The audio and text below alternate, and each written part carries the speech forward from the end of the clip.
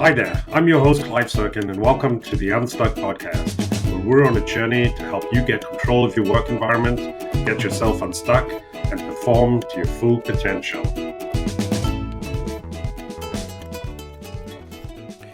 All right, so today's guest is special to me on a number of levels, aside from the fact he's just a good guy.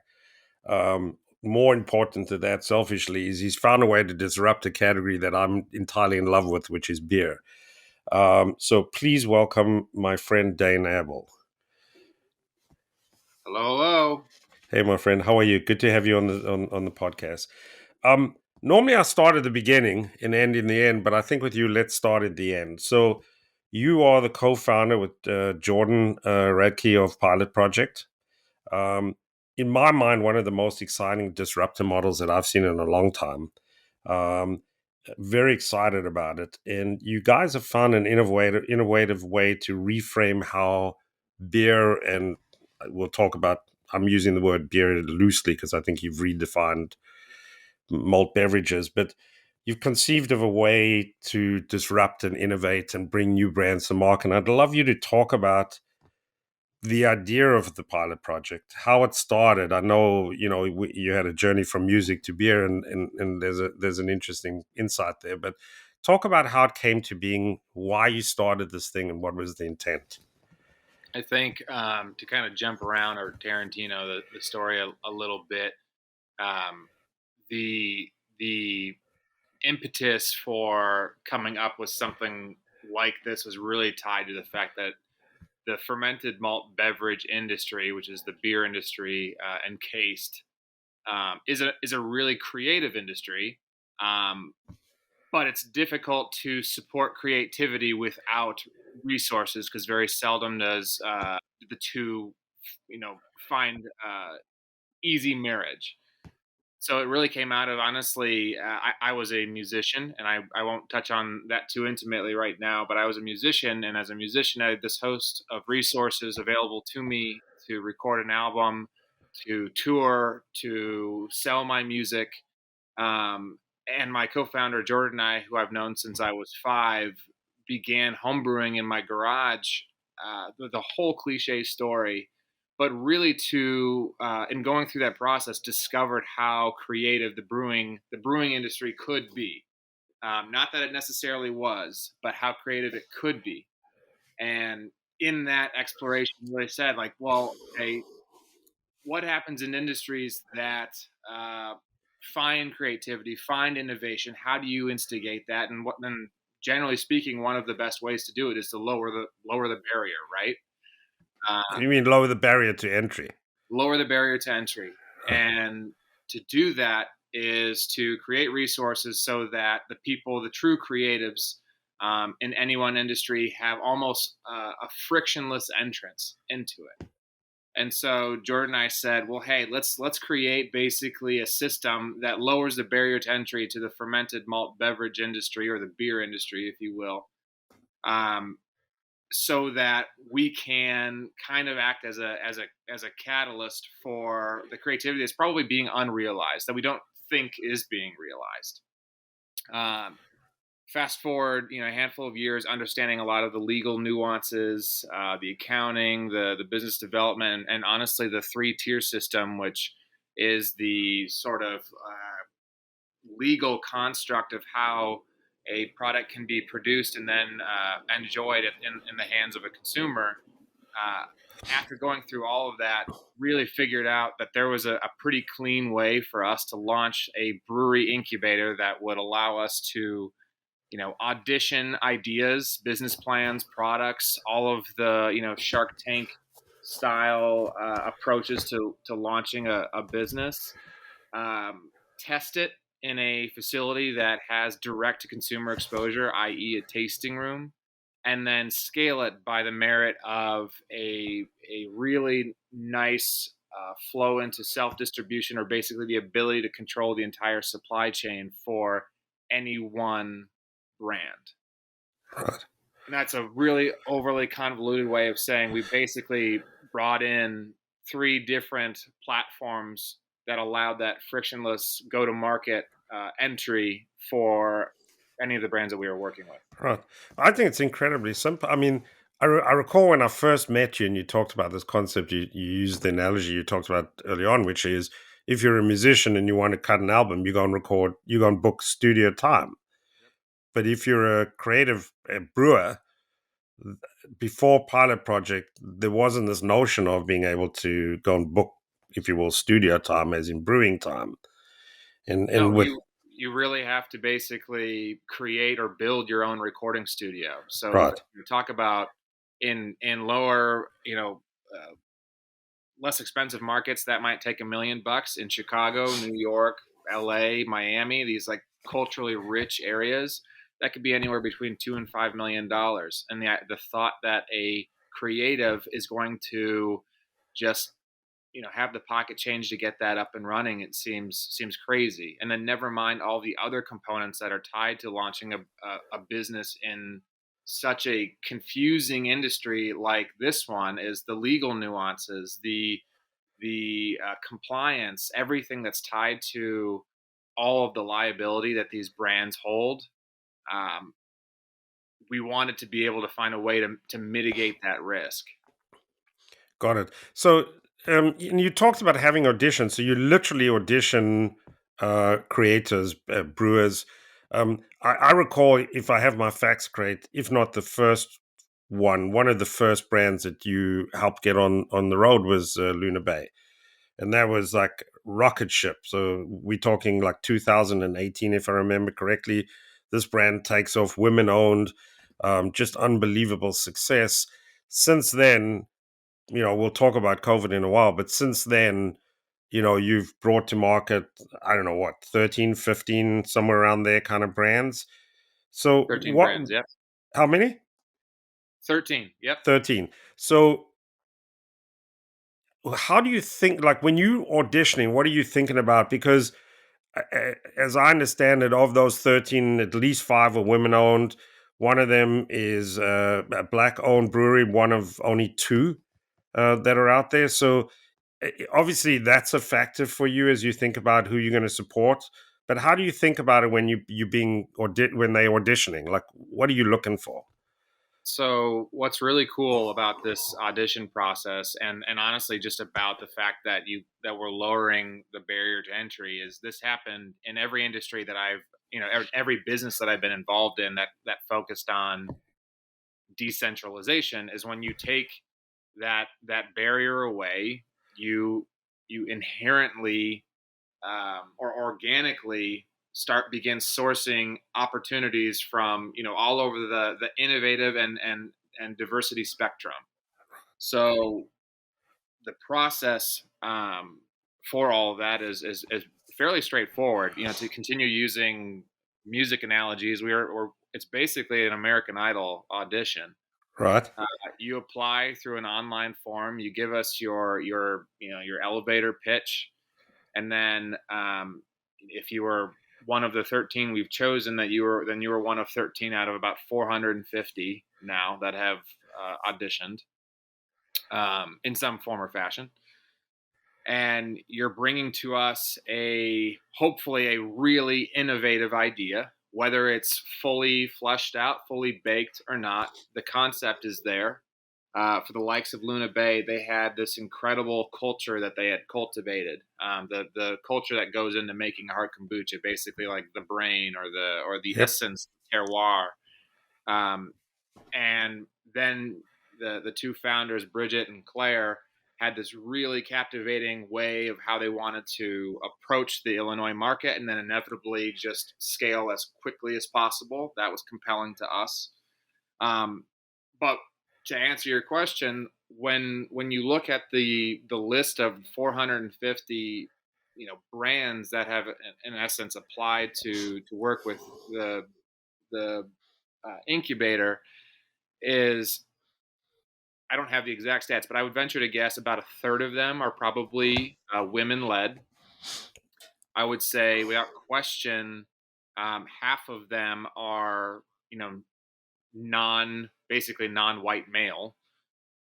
And the spectrum of ideas and concepts is is so vast that, I mean, a lot of them aren't even something that we could probably legally produce, but we would try and, like, there was a really cool hibiscus flower beverage that was pitched to us by a gentleman out of Belize.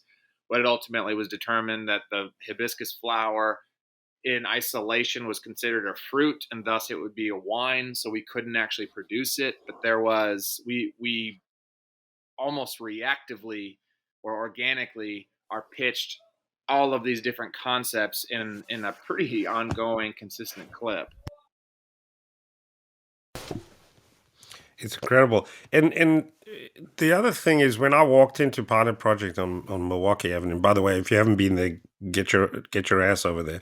Um, but I had my expectation was that I'd get, middle of the road kind of beer. And I'm not saying like pedestrian beer, but I'm going like it was going to be beer as you narrowly define it. And I was in for a bit of an awakening. So you play most of your brands sort of play on the peripheries of what one might sort of define as conventional beer. Like I'm a classic porter and a amber ale kind of drinker, but I didn't see that when I walked. Well, there were a couple, but what I saw was truly exciting stuff. So talk about that, because that's intentional, obviously.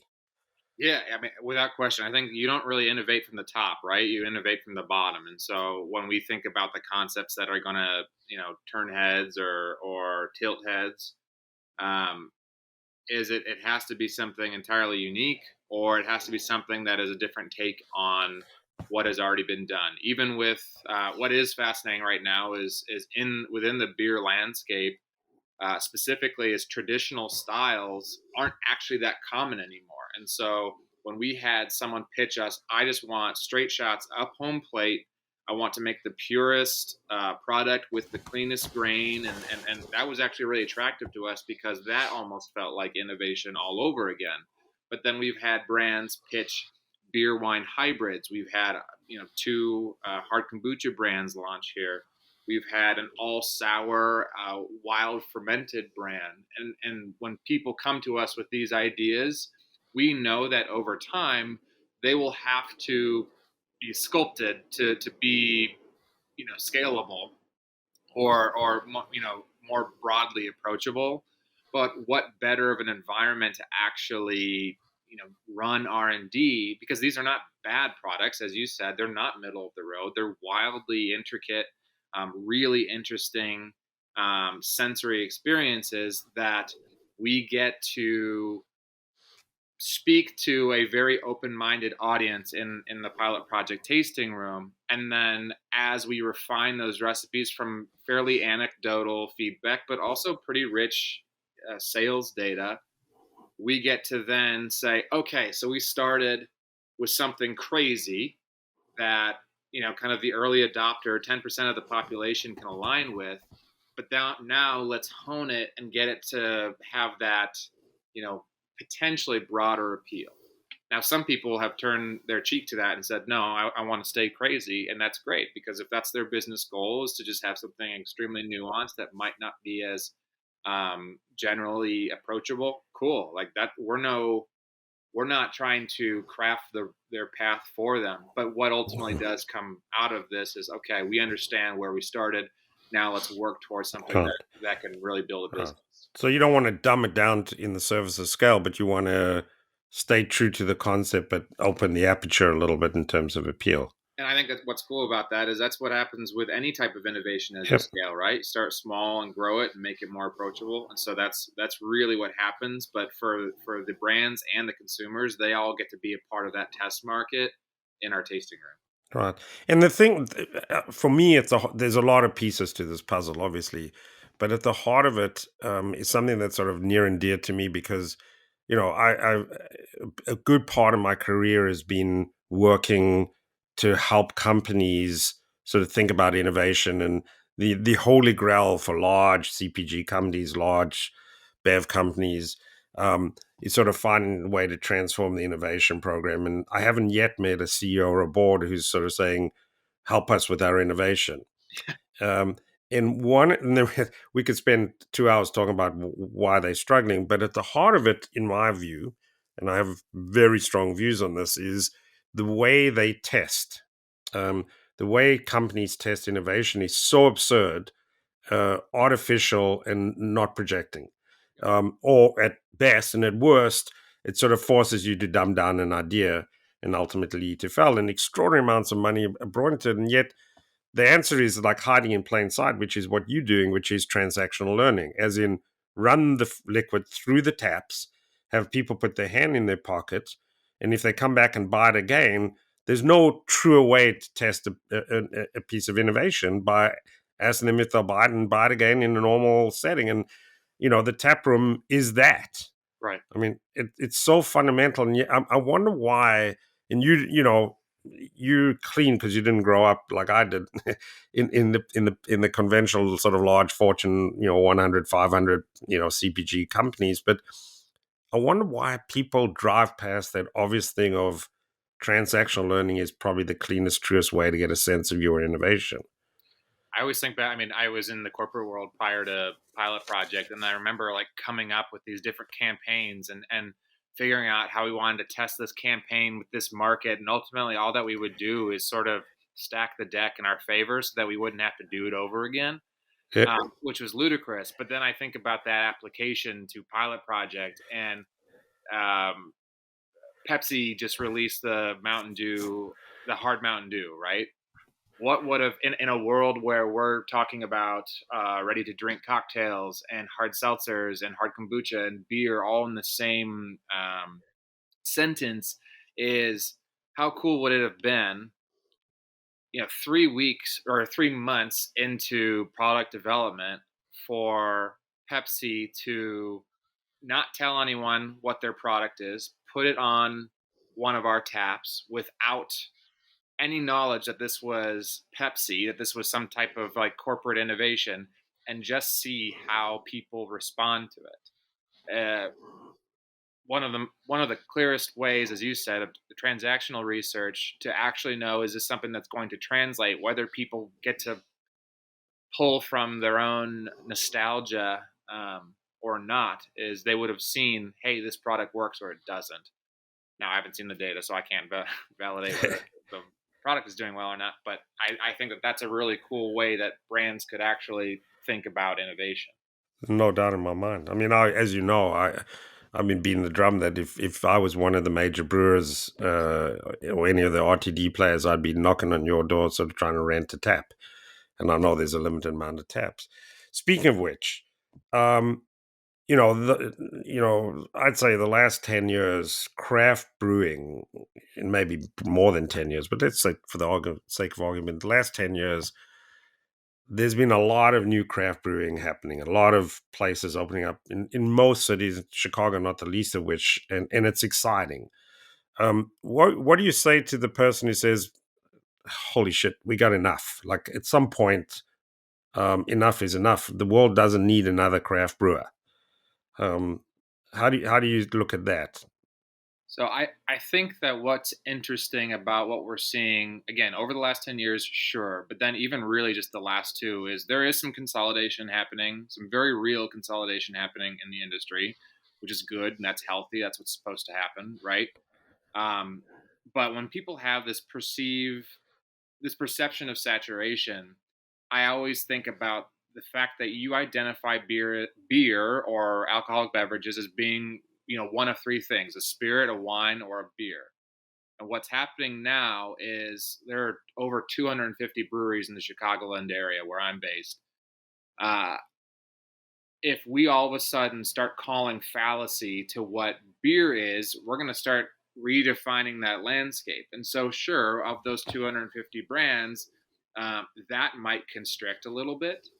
But the reality of what comes out of that is this entire new, rainbow of innovations and ideas. And so, what I like about that is look at the wine industry and how many wineries are in just California alone. People started talking about blending. They started talking about natural wines versus none, and we get into this space of nuance where you start to develop a bias more than just I like IPAs, or as you said, I like porters and stouts.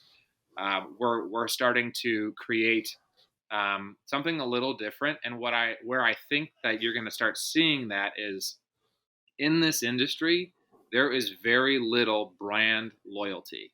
Unless you're a macro drinker and you just want Bud Light all day, every day, you don't. You go to the store and you scan the entire refrigerator and say, "What do I want today? Right.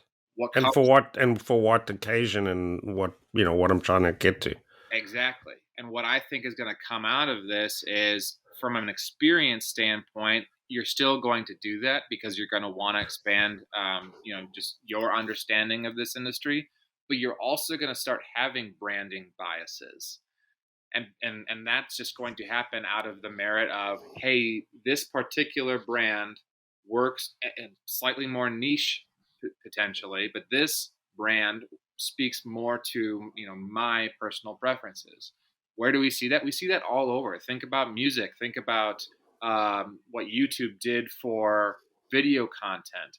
When you think there's enough content out there, and we did, right? 250 Yep. cable channels, but all of a sudden YouTube comes into the frame, and now you have millions of different creators that you can create that personal identity with. I think the same thing exists for beer, for wine. Talk about the spirits that are coming out of Buffalo Trace. There's no reason why we can't just keep creating more and more. Huh. As long as it's meaningful and speaks to the needs, as you say. So you've got Pilot Project, the physical location on Milwaukee in Chicago.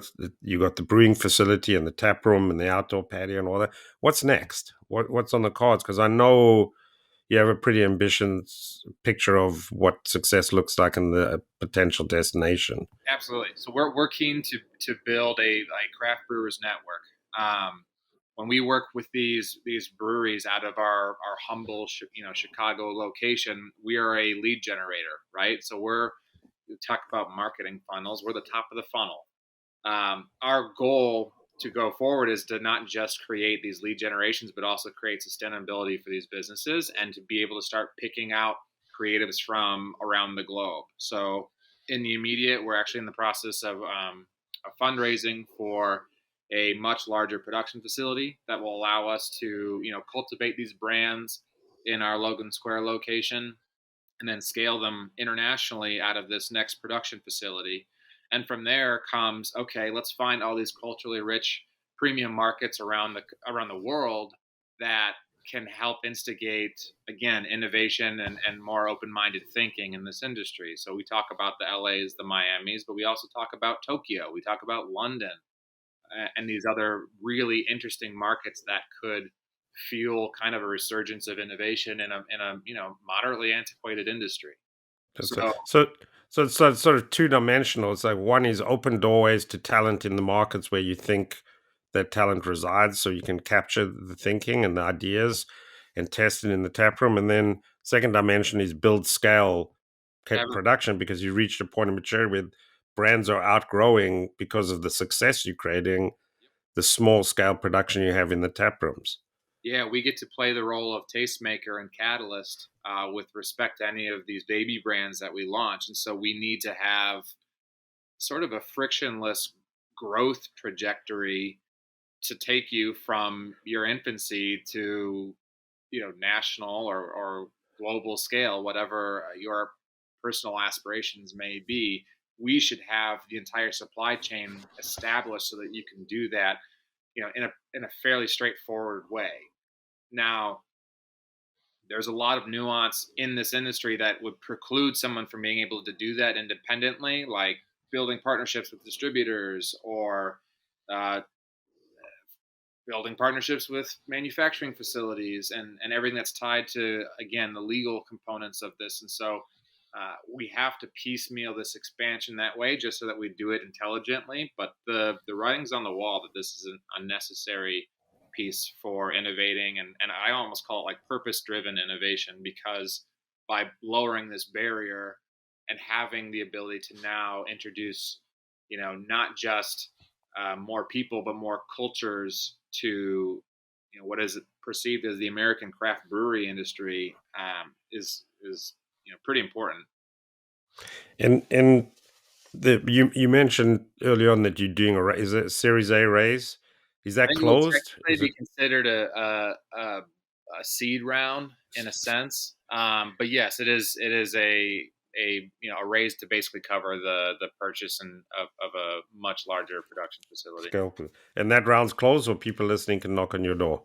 People listening have a very short period of time to on it if they want in. Knock on the door and write a check. So you you launched this baby in like 2018. Okay, get off the ground. 19. Um, Unusual success in the sense that most startups tend to grind through things, and you come out. I mean, I'm not painting entirely happy pictures. I know there was challenges along the way, but like one of your first launches is Luna Bay. That's pretty outstanding, right? So off running, revenue at the tap room, as I understand it, pretty outstanding. I used to come before I knew I used to come drink there because I watched the traffic. And then COVID hits. Okay. So all hell breaks loose. What do we learn in COVID? Painfully. So what was, I mean, painfully for our business, the tasting room revenue is really, as you said, powerful. It's a big piece of our revenue stream, especially at our current scale. It won't be necessarily in this next generation, but for right now, that was a pretty important piece. But what it didn't really do is knock us off the tracks in terms of being an innovator and an incubator. All that we really did was, okay, so if the public can't experience our brands in our tasting room, well, let's just make sure that we build some really meaningful partnerships with retailers so that our brands get to be seen side by side with some of the heavy hitters. We prioritized that immediately. I mean, we shut our doors in March 17th, 2020, and by April 1st, we had, I think, signed up probably 50 retailers in the Chicagoland area to just feature all of our brands, basically side by side, mimicking Yep. a similar experience, and then grew that quickly to over 500. And I think we're in 600 or 700 now, but we can't grow any more until we add this next facility. That's capability.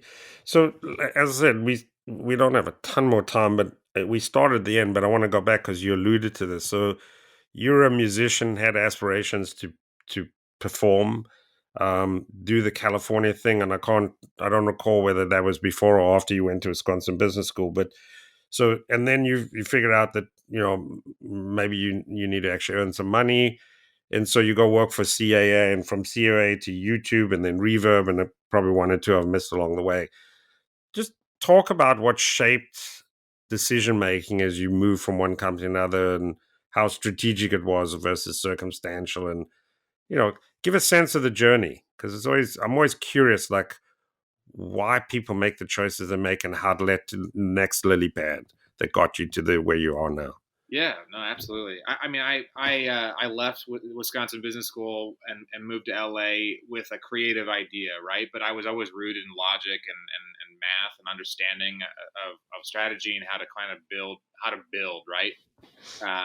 And when the CAA opportunity presented itself, it wasn't a ton of money, but it was an opportunity to help build the tours of the musicians that they were supporting. And so I immediately start to get into this place where I'm sculpting strategy for these like fledgling bands, right? Fast forward, YouTube is we were talking about decentralization earlier, is giving opportunities to creatives and creating a platform to have frictionless impact in their fan base, and music hadn't really become a part of that brand yet.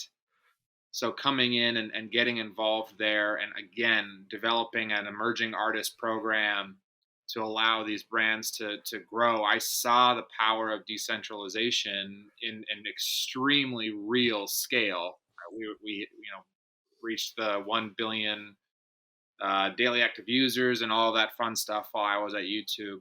I skipped around different states. I was in or cities. I was in San Francisco and New York, and this brand Reverb out of Chicago is up and coming, and it's basically touting itself as the eBay for musicians. And if there's one thing that I learned even at my time at YouTube is that musicians, unless you're that top echelon, you don't make any money. Right. So one of the coolest things about this is, again, now we're not just decentralizing creativity and influence to fan bases. We're also trying to create revenue streams and opportunities for musicians. And so that was what really compelled me to join the reverb space. And then, again, Tarantinoing here is what it's in tandem is when I started homebrewing with Jordan in my garage, because I was a guitarist. I couldn't play guitar inside our house because my wife and I had just had our first child. And so it really just sort of seamlessly transitioned into this, oh my gosh, there are all of these parallels to the adult beverage or the beverage industry in any sense. And so it was really this ongoing understanding of the construct of this creative industry, whether it's music or fashion or anything else, how that all of those different aspects of that industry can really be packaged up and applied elsewhere. And that's where, when I give any interview, outside of this one, because I'm trying to change it up, but when I give any interview, all I use is music music analogies. Well, I think it's the perfect analogy. But the other thing for me is it's sort of go full circle because we're close, if not at time, is the thing that strikes me when I walk in to Pilot Project and when I talk to you and I'm sitting there having a beer is it's so blindingly obvious and simple in its conceit, right? And yet, as I've learned over the past year and a half talking to you, getting the execution right is unbelievably tough. So the concept, very low barrier to entry. It's obvious. You can see what it is. But the genius is taking a very simple construct and then executing it incredibly well. And that for me, as I think about what you're doing, is sort of the secret to what is clearly an incredible success, and no doubt in my mind is something that's going to scale over time. So I don't know if I'm dumbing it down. I think in its simplicity, I'm elevating it. But no, I think that's the goal, right? Is you want with any startup is Eric Ries's MVP. You want people to see an MVP, even if in this instance that's not really the case behind the curtain. But the smoke and mirrors is, okay, brand starts at Pilot, brand launches at Pilot, brand grows at Pilot, brand succeeds, and it's very straightforward. It's just obviously a little bit more complicated. Takes a little work. So, look, I would say if you love beer, if you love innovation, if you love smart thinking, or you just want to have a relaxing afternoon or evening, swing by Pilot Project on something Milwaukee, 2000 something Milwaukee Avenue. Across the street from the Congress Theater. Across the street from the iconic Congress Theater that, God willing, will be rebuilt soon. Let's hope. Let's hope about that. So, Dan, listen, always a joy hanging with you. I prefer to hang with you in person at Pilot, having a beer. We should have probably have done it that way next time. But thanks for making the time. Always a joy talking to you, my friend. Thank you. Right. Thank you, Clive. Take care, man. This podcast was brought to you by Screen Dragon. We break down barriers, make work flow, and unlock talent. Visit screendragon.com to see our software in action.